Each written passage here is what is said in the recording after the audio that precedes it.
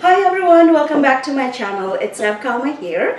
So my third menu, it's called wonton, and I usually put them in the vermicelli soup or any noodle soup. So they are squares, and I put about a teaspoon of the stuffing and just let the first corners meet together and the second corners meet together, and then squeeze them tightly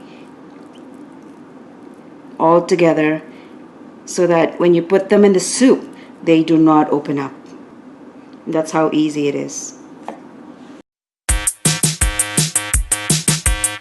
So I made about 36 wontons, and now it's time to cook.